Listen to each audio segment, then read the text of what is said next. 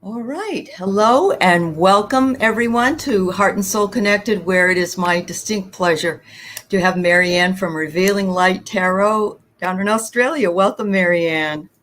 Thank you. Thank you very much. And thank you for having me on the show. Thank you very much. I know that you have a lot going, and this isn't something that you do, and I appreciate you doing it. I also appreciate your beautiful cards that I managed to get, and I love them. They're wonderful. They're beautiful. Yeah. Thank Thank you. you. I tried to blend the things that are important to me, and I think to everyone else. So the energetic framework through the chakras, the astrology, a bit of the astrology, and of course numerology and the actual image itself.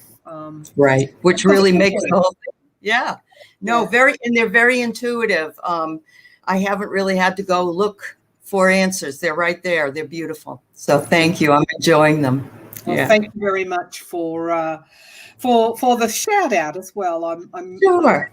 yeah, pretty Yes, if proud of that anybody's work. interested, you do sell them on your YouTube channel, or there's a way you can get a hold of MaryAnn to get them. So Yeah, they're on my website. There's a page there, on your website. my website, if Yep. anyone wants to go and find out more. Yeah. Awesome. All right, MaryAnn, I'm going to start shooting off some questions because we have some limited time. But I want to know, when was your awakening, MaryAnn? Was it when you were much younger, or would you say it was midlife? No, I think I was born awake, really. I've always, Okay. yeah, I was awake to that realm. And I've always kind of had one foot in that realm, but I didn't understand it as a child. I certainly was very empathetic and had an ability around DSP as well. Just very, very, very sensitive when around others. So anyone who's a true empath, they probably won't speak about it because it is a bit of a burden to carry. I know it is. Yeah. And when I was so young, I just seemed to be at the mercy of it. And so I didn't take it any further. Certainly, I would see energetic patterns, which actually frightened me. I didn't know what was going on. I can imagine. I was actually quite a scared little kid. For not just that, but for, I was the fifth child out of six, and my parents were farmers. They went through a drought here in Australia. My mother had to go back to work, so we were kind of left on our own a lot, and so I just didn't have that mentor. I come from a line of people like me in my family, but they have not managed it well insofar as, what they're picking up, they might keep to themselves. People understand when you're picking up something from them. They understand that, and it makes you, if they're not comfortable with what they're feeling, and they know you're feeling it too, their attention, their energy goes on you. And if you don't know what's going on and you don't have any protective mechanisms, it can make for a fairly, wanting to just shut it off and toughen up a bit and go that way. But I've always been very, very drawn to finding out more about the occult. I mean, we used to call it the occult way back then. Yes, we did. But esoteric sciences, any sort of knowledge. I've read the a Celtic Book of the Dying, for example, to look at what the process is. And I did that very, very young, when I was very, like in early, adult years. I was reading Hemingway when I was 12. I just was drawn to just to gather the knowledge. And maybe that was Spirit's way, the divine's way of saying, well, we're not going to put you in with a mentor in this one. We're actually going to allow you, and that's in my natal chart too, allow you to accumulate that knowledge and Wow. walk a more Yeah. orthodox path. Mm-hmm. And I think when I had my battle with cancer in 2015, it was, I don't know what, it was just, I guess that life and death struggle takes you right to the edge. It It does. forces you to look at everything. And I just realized, spirit was manifesting. So yes, there were so many examples of spirit in getting in my way when I was in going through treatment. I just saw all these white feathers, and people go, white feathers, white feathers. My husband's a bit of a skeptic. He was driving. We had to go make a 3-hour round trip to radiation and chemo every day Oh for my. 7 weeks. And Wow. my husband, I was telling my husband, look, wherever I go, they're raining out of the damn sky. They're coming. I'm treading on them. They're everywhere. And he was nodding and saying, yeah, right. And all of a sudden, a white feather, we were on the Hume Highway, a white feather came out of the sky, quite a large one, and hit our windscreen on the driver's side. And I just looked at him and I said, see? I know about what I'm talking about, honey. Yeah. Yeah. I think, sorry. No, go ahead. No, that's okay. Go ahead. I just had a lot of clairaudient stuff going on as well. Okay. And I think that, I've always had my passed over loved ones very close to me. Mm-hmm. They were obviously close to me in my lifetime. And they were giving me strength throughout that treatment as well. And so there was, some clairaudience going on as I went into the major part of the treatment, major operation. You'll be fine. You'll be fine. And that kind of, because whenever you get a diagnosis of anything major like cancer, that fear in the pit of your stomach. Right. It's hard to get rid of. Yeah. You have to confront your own mortality. So that opened up that portal. I was brought to the table and forced to go, okay, well, we're here to help you. So come on, sit down at the table and let's talk. And really, it's been just massively rewarding since then. Oh, that between the feathers, which you just told me about, and the orbs that come in all the time that people can, it's just beautiful, MaryAnn. It's like, your guides and your spirits and your angels are all around you, and they just really can see the work that you do. You live your work, and then if you're also a caregiver, then you're doing that side of it. I mean, it's quite amazing. It's very admirable, MaryAnn. I know it's hard to have somebody tell you that that they admire you so much and so forth and so on. But there's so many people that have asked me, would you please see if MaryAnn will come? Because we just love her. We feel the best way I can explain it is comfort. There's a comfort that you give us in what you do. And there's not a lot of people that can do that. Mm. Well, that is humbling. I don't think, I've always striven to, I've always been a motivated person to learn, but I don't know that I've, as you mature, you kind of leave that ego stuff behind. Oh, yeah. Yeah. So I'm really humbled by that, by what you're saying. I can say that when I say I was kind of born awoke or aware, on the farm, I looked after a lot of animals. So I was this small girl raising, going out at 10 o'clock at night and 5 o'clock in the morning to feed potty lambs when their mothers had passed over. I always end up caring for something. So I'm glad that I can continue to be of assistance, because I do believe a very important person in my son's life, one of his care team, a psychiatrist. I do want to mention him. He passed away recently. His name was Warwick, and he was very much he was a yogi as well. So he used to get up at 3 o'clock in the morning and do his yoga. And then he would see patients almost 7 days a week. Sometimes he took Sunday off, but at the end he wasn't even taking Sunday off. He used to bulk bill, which means patients didn't have to pay anything out of pocket for treatments. He was around 86, in his late 80s, and he was still working 6 to 7 days a week. He was on call whenever there was an emergency. He was there. He would ring in periods, very dark, traumatic, stressful periods. He would ring every day to make sure that we didn't have to, things didn't go really pear-shaped.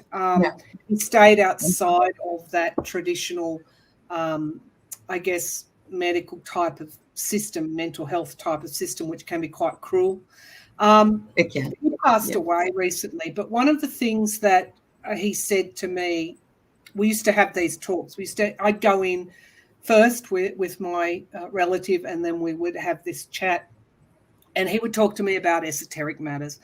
And he said one of the things I do recall him saying toward the end was, it's all about service to others. It is. And at the end of his lifetime, and I know he would have had a very quick and easy passing, and I would say that he would have gone straight to nirvana, or heaven, or whatever you want to call it. Right. Sounds like it. Yeah. Straight off to heaven, because he was just helped so many people. Wow. Yeah. You can't find many people like that. That's wonderful. What a man. Yeah. Yeah. So I did want to pay him a tribute today, and that was nice. That it is in many ways about service to others. And I find when the intention, I always talk a lot about manifestation, manifestation of your dreams, manifestation of your goal. One of the really energies that can put you, or the emotions or intentions that can put you straight into manifestation energy, is gratitude, is being thankful. That's right. And humble. I'd put humble in there as well.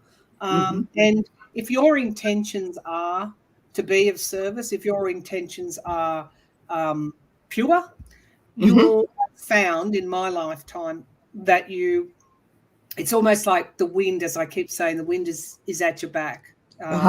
Things flow. Yep. Things flow. Yep. They do. Yeah. They really do.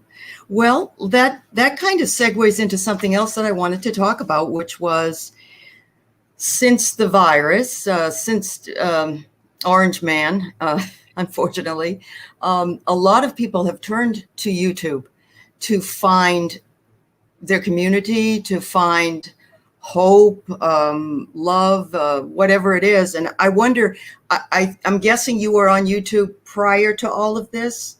When did you start? No? Okay. No.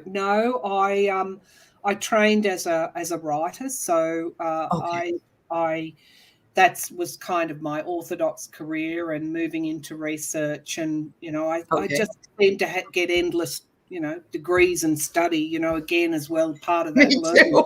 Me too. Yeah. A lot of years spent at college.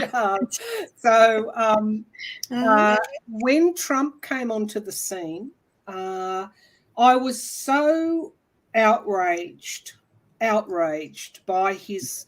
the way he treated women. That's what presses my buttons every time, because my moon is in Libra in the 4th house. That I will ride into the fray to stand up for women, and I know a lot of other men will too. But that patriarchal type of thing, and I had to do something.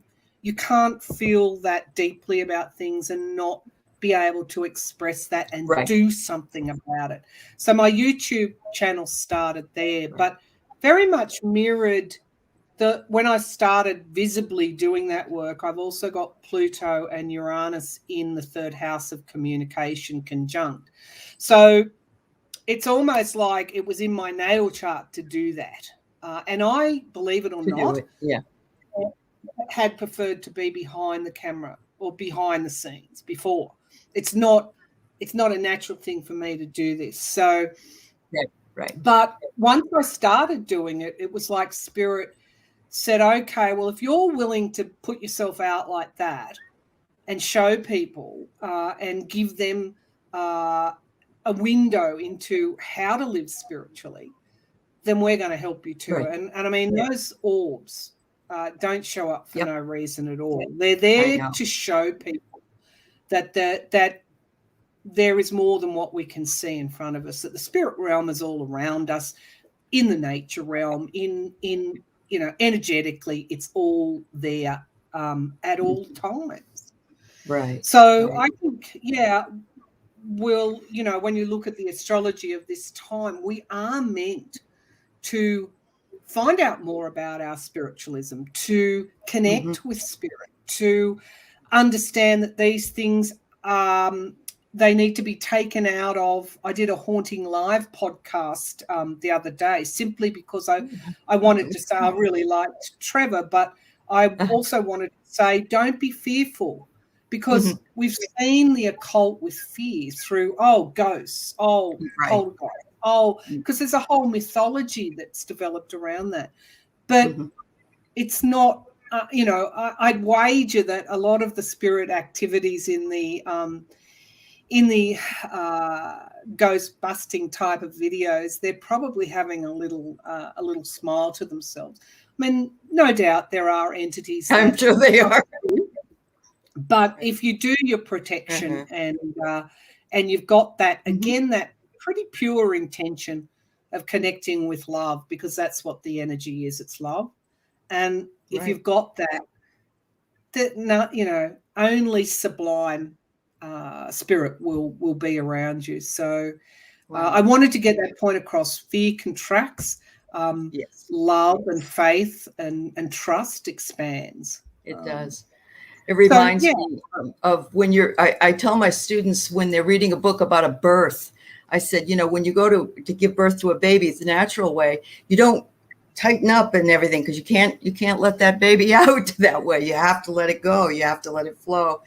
And that makes a whole huge difference, in how that baby comes out into the world. But I love that. That's great. Yeah. That's great, Marianne. So with the, I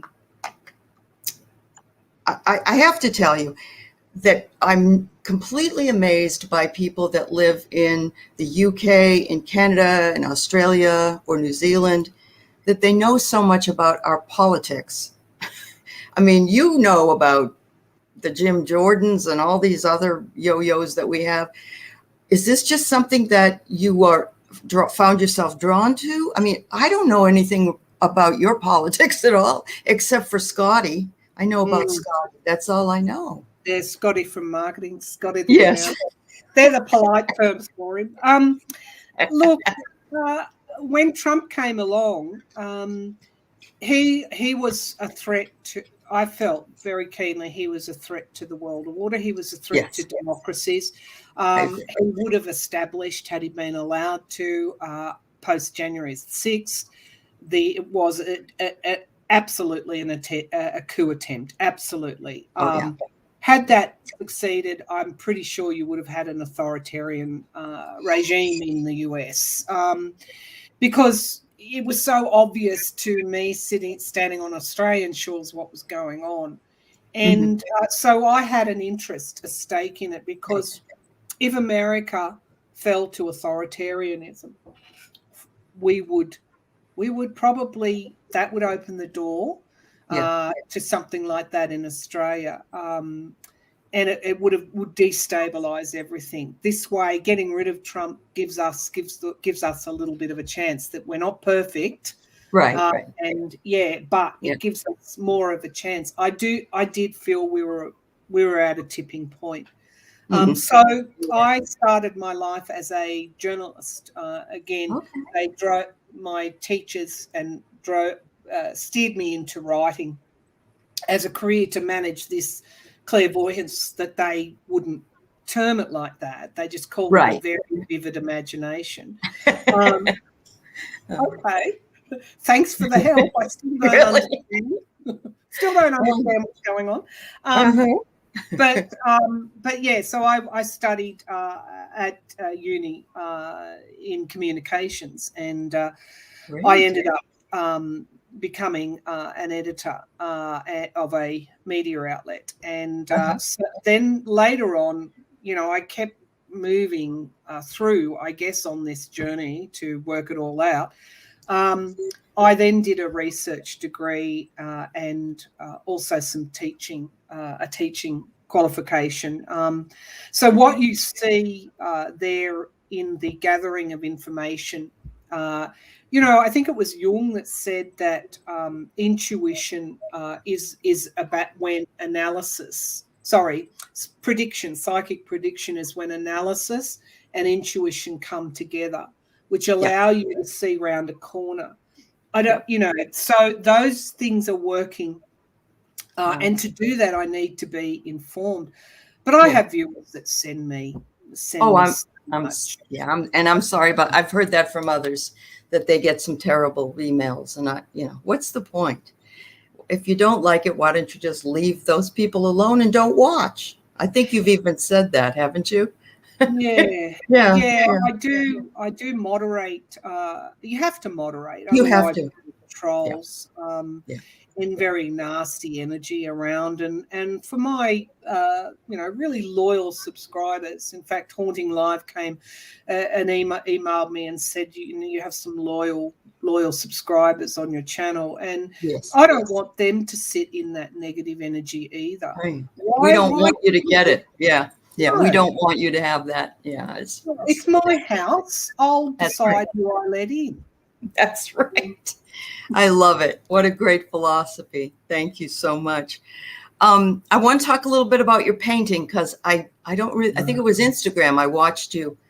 And you're painting some tarot cards, but you also do outside landscapes as well. Is that what you do? Yeah.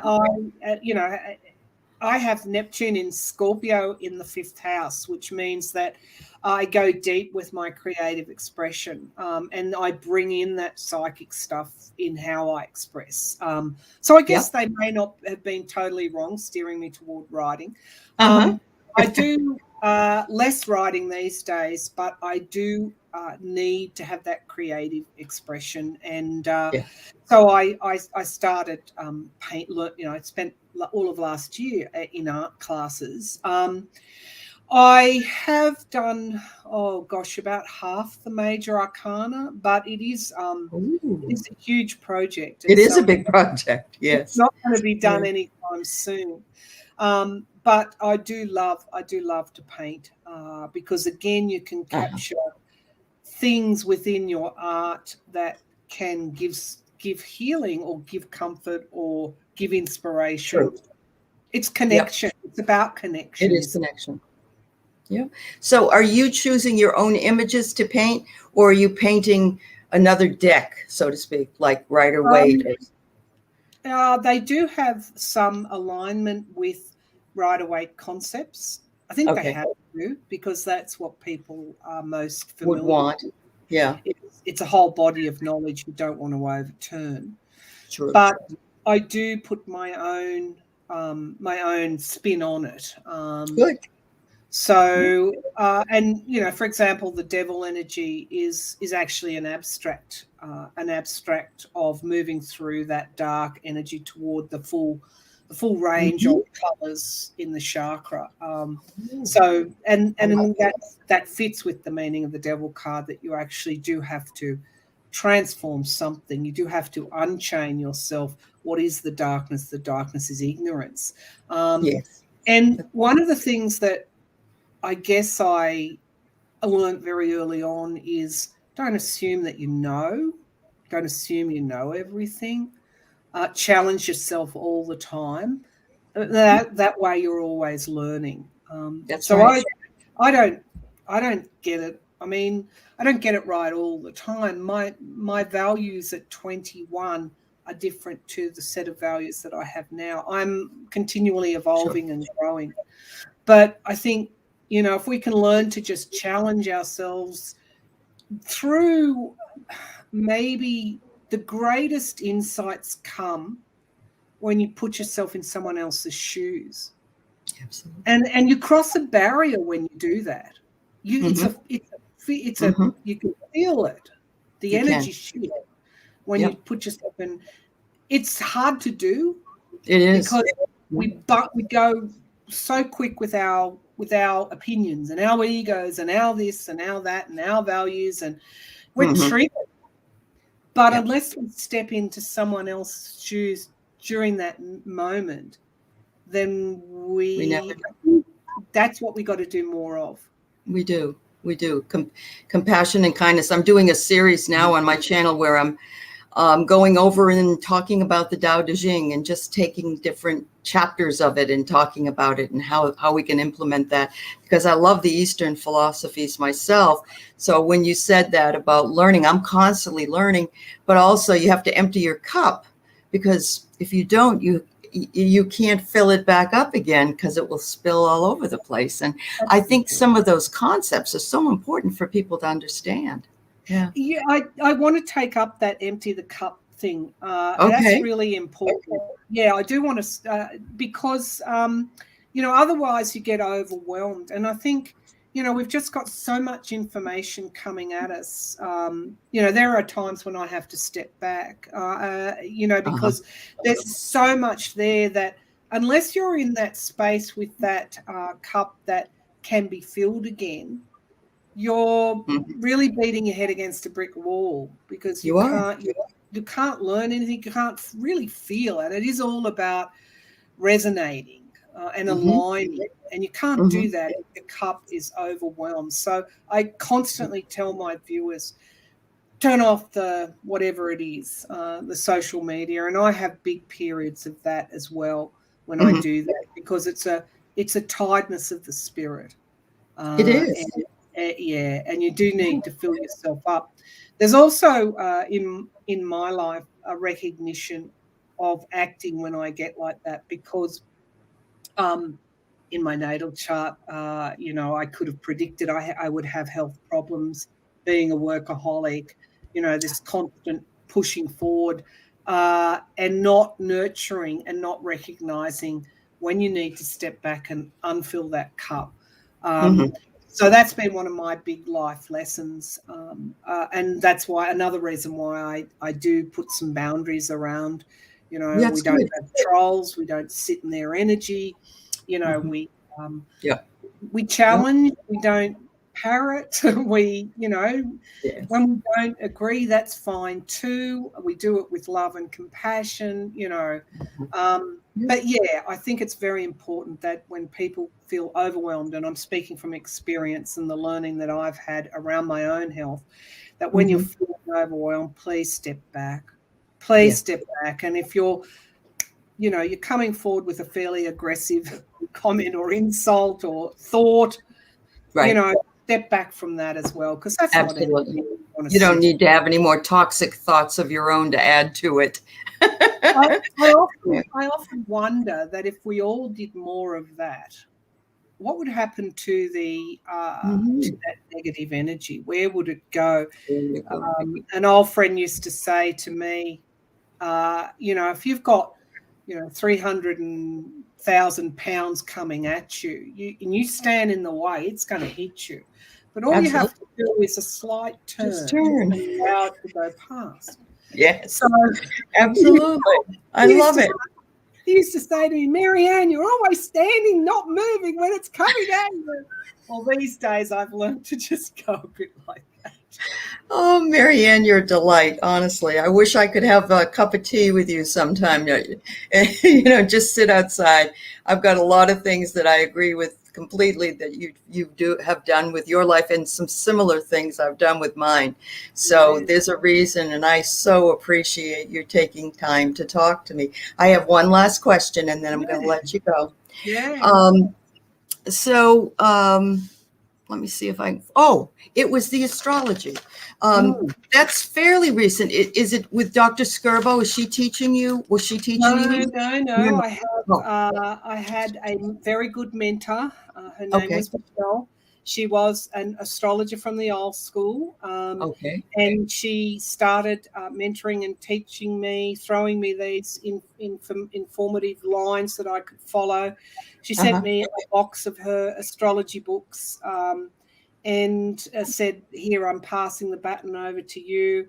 I then followed up with evolutionary astrology, really appealed to me. That's using Pluto as the planet of the soul and the soul's evolution, and looking at the chart as a karmic blueprint, and looking at where the north and south nodes are, and what sort of past life experiences you've brought into this one. And so I really started that very early on in conjunction with the tarot, which I'd already had experience with for around 20 odd years previously. So I didn't really need to do much learning there. But the astrology, I think I've been learning now. I've been a student. I always say that. I say that too. I think it's been going on 3 years now. Okay. Yeah. And then also at the same time, I started putting some structure around my clairvoyance. So I started studying with evidentiary mediums as well. So that I found it's a very disciplined thing. Sure. But it gives some framework to what spirit gives you clairvoyantly, and then you can bring that through and you get that evidentiary validation. I think that's really important. So it's been also an intense period over the last 4 years now that I'm talking about it, of really taking what was always there and making and learning about it and allowing it out, opening the door and allowing it out, but at the same time doing so in a very responsible way. I was going to say cautious. I don't know that I'm cautious, but responsible way. I understand. Yeah. Well, I just adore you. I love watching your readings, and I've got to go see that ghost one. I must have missed that one, but thank you again. Thank you so much for agreeing to talk to me, and also how you always shout out to everybody, wishing them a happy day. It's such a nice thing to look forward to. So thank you, MaryAnn. Okay. Thank you for having me on, and I'd be happy in time to come back and continue our talk. There might be a major event that we can put a spiritual framework about. That would be wonderful. I know you understand my limitations here. I do. But the right time will come, and I'm the right time will come. Again. Yeah. Very Thank good. you. Thank you so much. Thanks.